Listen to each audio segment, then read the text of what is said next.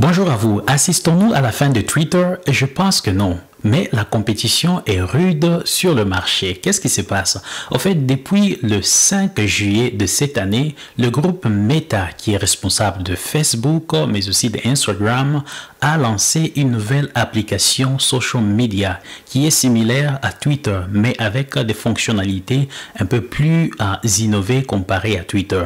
Et on nous dit, d'après le journal, après seulement 7 heures, plus de 100 millions d'abonnés ont rejoint cette nouvelle plateforme. Vous l'avez bien compris, 100 millions d'abonnés après 7 heures de lancer. À quoi ressemble cette application? Voilà, j'ai juste par curiosité, je suis allé, je me suis inscrit. En fait, ça ressemble un tout petit peu à ceci.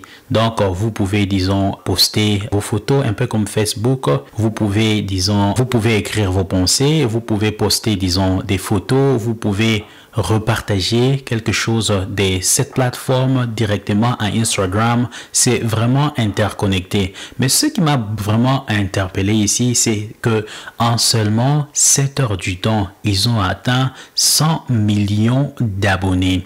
Voilà, l'histoire de Twitter et maintenant de Thread dont nous parlons me rappelle un tout petit peu l'histoire de BlackBerry. Qui se rappelle encore de BlackBerry? BlackBerry, on nous fait savoir qu'en 1999, la compagnie RIM, qui est une compagnie canadienne, venait de mettre sur le marché le tout premier BlackBerry. Et quand ce téléphone est apparu sur le marché, il avait vraiment séduit le marché avec, disons, des nouvelles innovations telles que nous pouvions envoyer il était possible d'envoyer des emails à partir, disons, de son téléphone, mais aussi une autre innovation, c'était ce clavier mécanique qui pouvait, disons, accorder aux gens de gagner le temps dans la messagerie.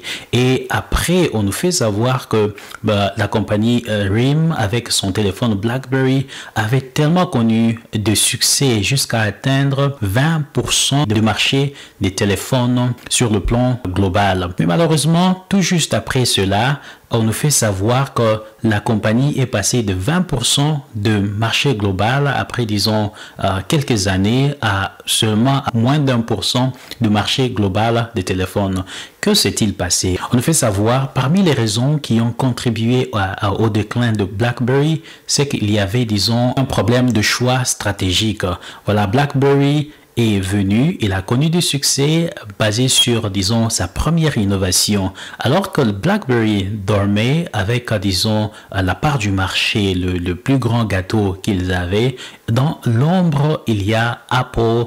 Il y a Apple avec iPhone, mais aussi Android, où nous voyons Samsung qui étaient en train de travailler durement.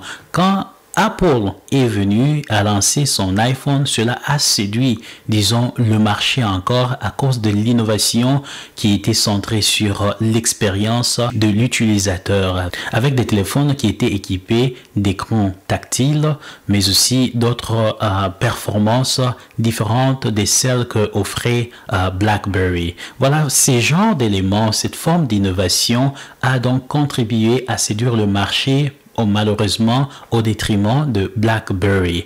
Voilà, aujourd'hui nous parlons de Twitter contre Thread qui vient juste d'être lancé. Et rappelez-vous, en seulement 7 heures de lancer, la compagnie a compté 100 millions d'abonnés. Que pensez-vous de cette information? Est-ce que Twitter va disparaître au profit des Threads ou bien le combat sera tellement rude? Jusque-là, on nous fait savoir que voilà, la nouvelle plateforme ne cesse de continuer de recevoir, disons, d'abonnés.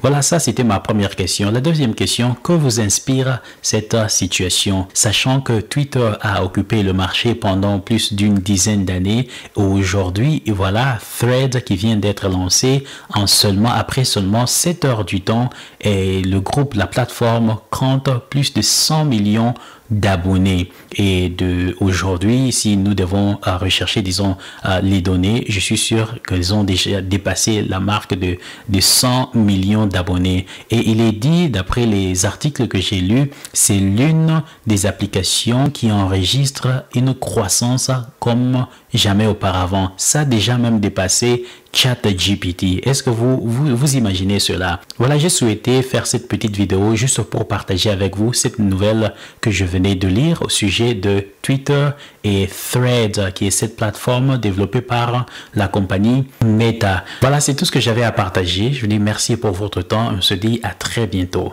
Bye bye.